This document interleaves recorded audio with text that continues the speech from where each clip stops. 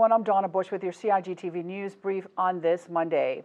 Residents of Prospect, Red Bay, and surrounding areas can now enjoy the convenience of a new recycle depot in their community. It's all following a partnership between the Department of Environmental Health and the Barcamp service station.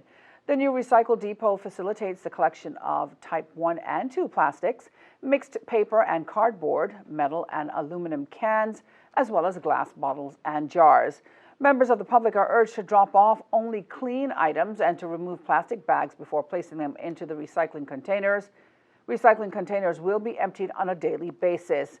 The Honorable Sabrina Turner, Minister for Health and Wellness, welcomed the new recycle depot during the launch of the site last week. We all have our part to do in making sure that this is utilized in the best manner, and safety and cleanliness is utmost importance. What we don't want is finding mattresses and construction material and stuff that is not actually as it's labeled on the receptacles to be left here.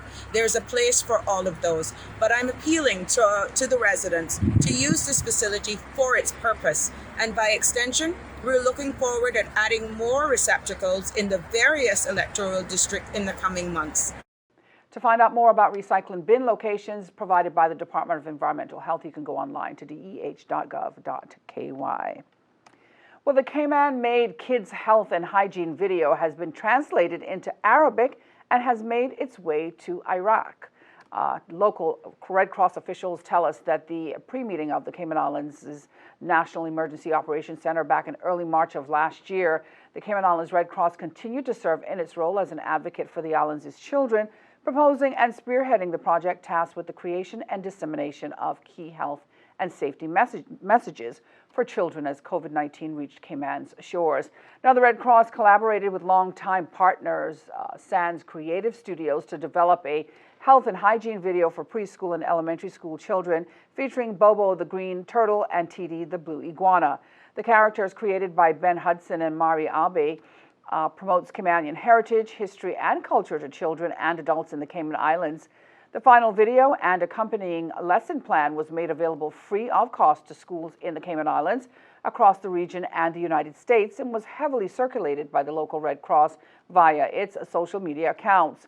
1 year later, Bobo and TeeDee now find themselves 7,000 plus miles away in Iraq after a Swedish Red Cross representative stumbled across the Red Cross's health and hygiene video in February this year and soon determined that Bobo and TeeDee must join them in Iraq, as they will be excellent campaigners along the Iraqi Red Crescent Society.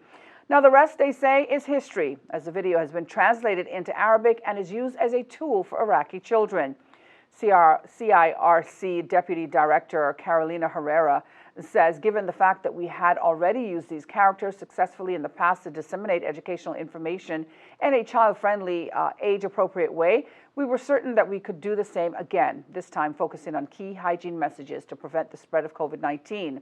Funding for the original English language video was provided by the Foreign and Commonwealth Office via Governor Martin Roper's Office and Hazard Management, Cayman Islands. Well, the Blue Iguana Conservation is launching the new Strategic Species Action Plan for 2021 to 2026.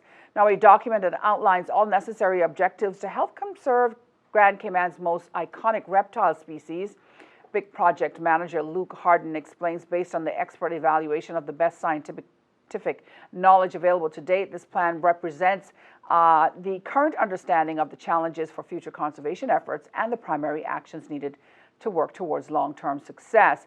The development of this 5-year plan involved the input from on and off island project partners, whose representatives attended 2 workshops in 2019 and 2021 and brought together 30 years of research and knowledge for the compilation of the plan. Now, to find out more about the action plan, you may contact the National Trust or go online to their website. Turning to our high temperature today, the forecast calls for, it reached 89 degrees and a low 77. The forecast calls for expected partly cloudy skies with a 30% chance of showers. Afternoon showers, that is, as we saw earlier today. Winds are from the east to northeast, 5 to 10 knots. Seas are slight with wave heights of 1 to 3 feet. Now, the synopsis shows isolated showers along with light winds and slight seas, which are expected over our area for the next 24 hours. It's all in association with a weak pressure gradient over the Northwest Caribbean. A reminder that you can find the latest on local weather conditions online at weather.gov.ky. And that's it for today's news brief here on CIG Television. I'm Donna Bush, as always, wishing you a wonderful and safe night and inviting you back here again tomorrow. Until then, bye-bye for now.